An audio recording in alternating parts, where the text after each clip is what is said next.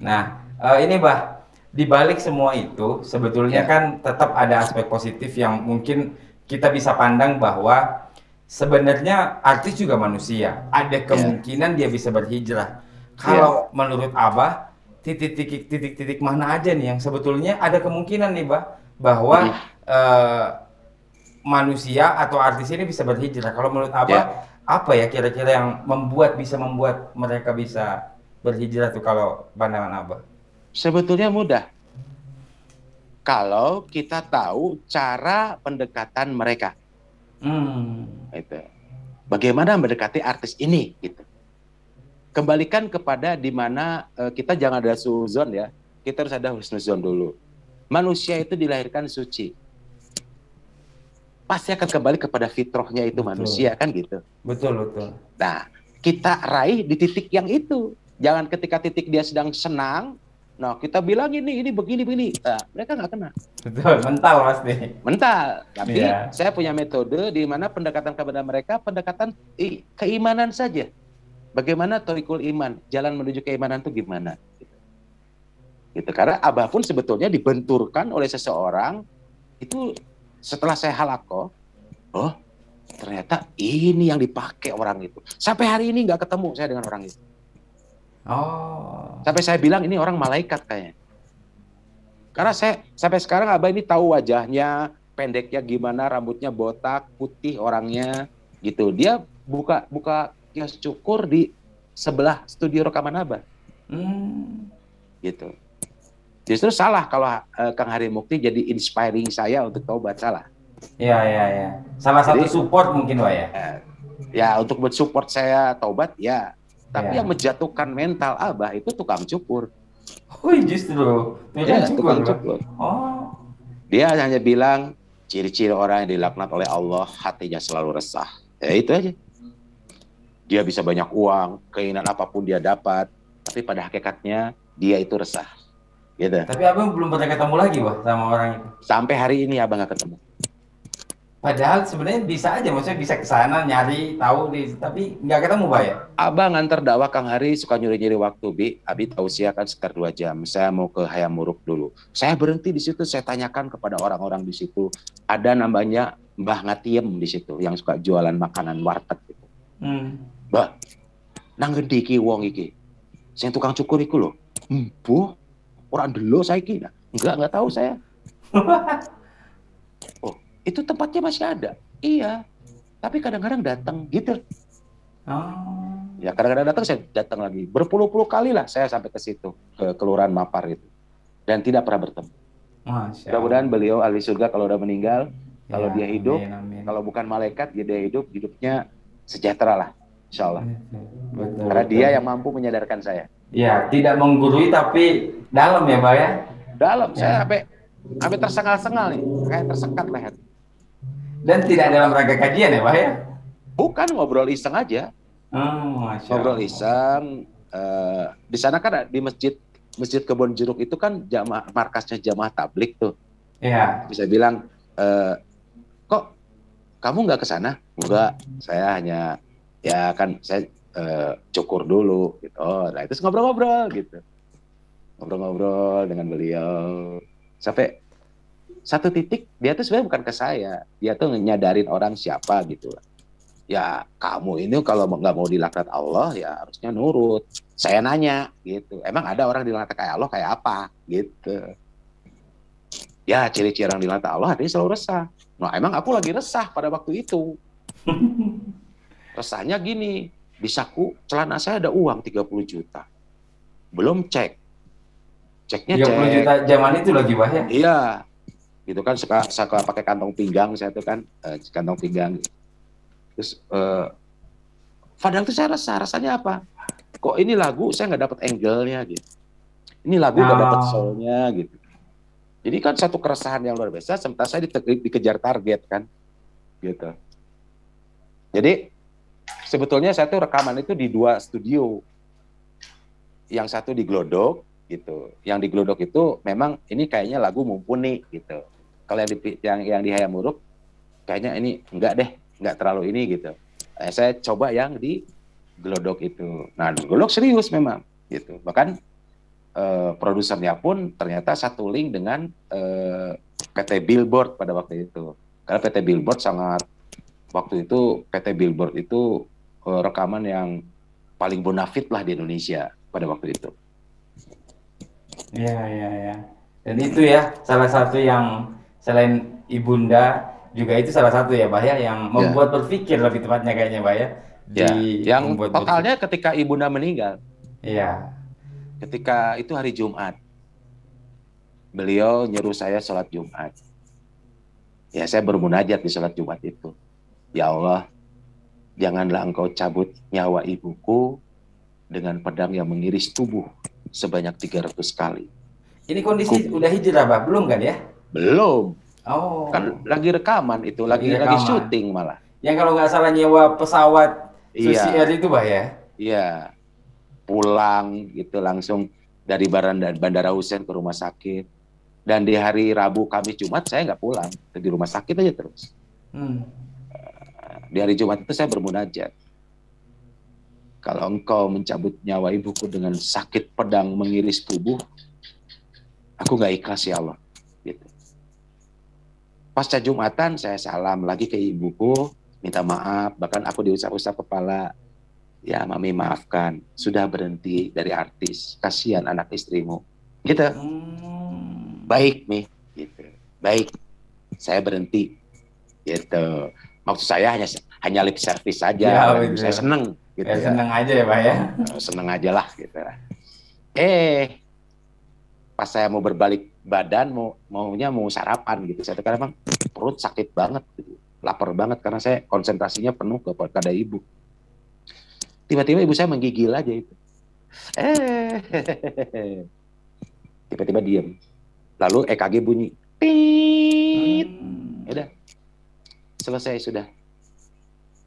Nah, di situ titik balik di mana keresahan yang luar biasa yang saya dengar dari tukang cukur itu yang semakin menguatkan Abah meninggalkan total dunianya ini.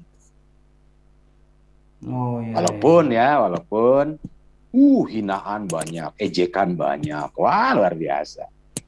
Artis kere lah, apalah, wah biarin aja. Bahkan orang gila bahkan disebutnya.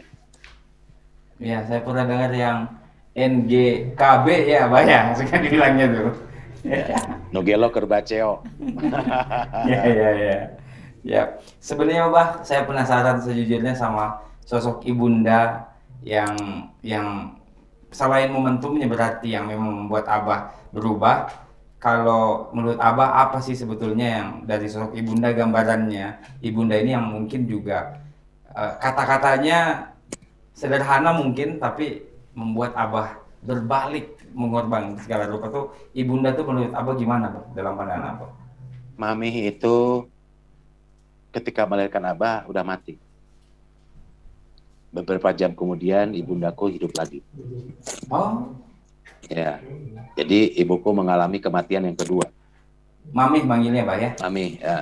Mami itu figur seorang ibu bijak, figur seorang ibu yang mana ya? Sosok yang benar-benar nggak ada duanya. Bahkan terhadap terhadap madunya pun ibu saya itu seorang yang luar biasa. Bahkan anak dari istrinya yang ketiga pun ditarik sama ibu saya, sama Mami, dibiayai sama Mami. Itu hebatnya ibu saya. Makanya Abah yakin Mamiku tuh sekarang di surga dan alam kuburnya juga tenang, diterangi, bahkan ditemani para malaikat. Karena istri yang ikhlas suaminya menikah lagi, satu kakinya sudah di surga. Betul, Pak.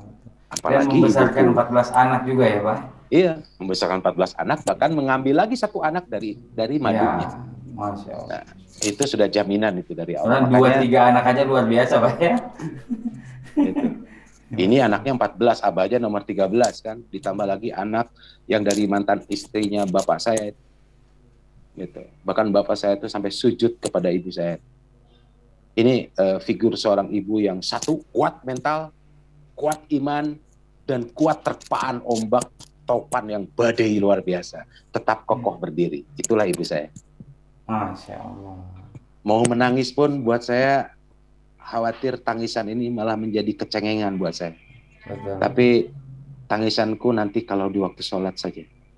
Betul. Meminta kepada kepada Allah untuk dipertemukannya ibuku dengan bapakku di surga, karena memang faktanya apa yang disampaikan ayat, ibuku ahli surga, ciri-ciri. Gitu. Iya, ya. Betul, betul. Dipertemukan sebagai keluarga kembali di jannah ya Pak. Insya Allah. Ya, betul. Bertemu dengan Kang Hari Mukti. Walau alam, Betul. saya habis ini saya meninggal, walau alam. Betul Pak. Karena tadi sore aja kena serangan jantung lagi. Betul, Sakit termasuk sekali nggak bisa nafas. ya, Abah juga sempat cerita bahwa rasa-rasanya juga Abi termasuk yang tidak pernah mengeluh rasa-rasanya Mbak ya dalam perjalanan. Saya melihat banyak interview keluarga beliau di wawancara, juga di wawancara, tidak menyangka gitu. Kami juga, apalagi kita yang jauh apalagi gitu, yang deket aja tidak menyangka gitu. Kalau sosok beliau, sosok Abi di mata Abah mungkin sebagai kakak juga, tapi rekan dakwah juga, mungkin juga secara tidak langsung guru juga, teman seperjuangan juga. Itu dampaknya gimana Bah atau pandangan Abah? Efek dari adanya Hari memakai nama Mukti itu juga jadi beban buat saya. Oh iya, betul. Ya, karena mungkin pada waktu masa artis itu kan banyak artis namanya Hari. Hari Anggoman, Hari Tasman, Hari Depretes, Hari Subarja, terus hari apa lagi ya? Hari apa? Hari mana nih? Hari Mukti. Nah, gitu. Ya. Nah, beban juga berat karena terjadi hal-hal yang kontradiktif antara saya dengan Kang Hari pada waktu itu. Sehingga Kang Hari pernah berucap ke saya waktu itu, saingan lo, gua. Wah, ngeri kan dah? Iya, benar juga ya. Tersengat saya tuh kan. Oke. Ya, gitu. Jadi kalau aku ngambil jalur Kang Hari, jalur showbiz, aku kalah. Iya, betul. Gue kalah, makanya saya cari dunia nightclub. Iya, betul. Dengan nuansa rock yang ada, gitu. Ya. Dulu nightclub gak ada lagu-lagu rock, tapi gara-gara Abah, akhirnya di tahun 88 itu ada nightclub bernuansa lagu rock, karena saya nyumbang nyanyi selalu lagu-lagu rock. Ya, nightclub biasanya bukan rock ya, Pak? Maksudnya bukan ya? Ya, lagu pop, salsa, terus disco, terus lagu slow beat, lagu gandeng-gandengan tangan, peluk-pelukan lah, kayak gitulah lagu-lagunya lah gitu. Nah, ada special moment khusus, live show 30 menit. Chandra Mukti, lah nama saya aja Mukti Chandra jadi Chandra Mukti. Iya. Itu. Nah, ini satu beban, satu sisi. Nah, ketika hijrah, figur Hari Mukti ini alias Hari Yadi Wibowo ini justru berkesan malah di satu tahun terakhir ini.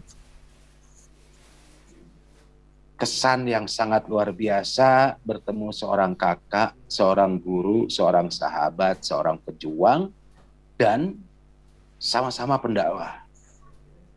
Dalam aksi-aksi kita sering bareng, orasi pun sering bareng, gitu. Ini yang berkesan buat saya, yang nggak bisa Abah lupakan pun sampai mati. Malah di 1 tahun terakhir inilah pertemuan yang sangat sering dengan Kang Hari. Bahkan kita sering diskusi bareng terkait kehidupan, terkait dakwah lain sebagainya. Bahkan sampai menitipkan, titip ya anak Abi Fakih. Abah jadi penerus Abi. Salah, Bi. Penerus Abi bukan Abah. Penerus Abi itu Fakih dengan Hanif. Saya yang akan menjaga dakwah ini, gitu. Aku bimbing mereka, gitu.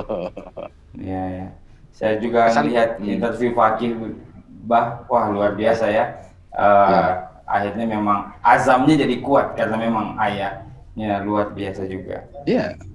Sampai saya bilang begitu. Yang menerus bapakmu tuh bukan aku sebagai paman. Aku sebagai adiknya bapakmu. Kamu yang jadi penerus Abi, bukan saya. Ya, betul. Gitu. Saya tekankan begitu agar dia semangatnya muncul ya. Betul, Bah, betul. Kan aktif di Katro juga, Bah ya? Ya, kebetulan saya pembina Katro juga. Ya, betul. Siap.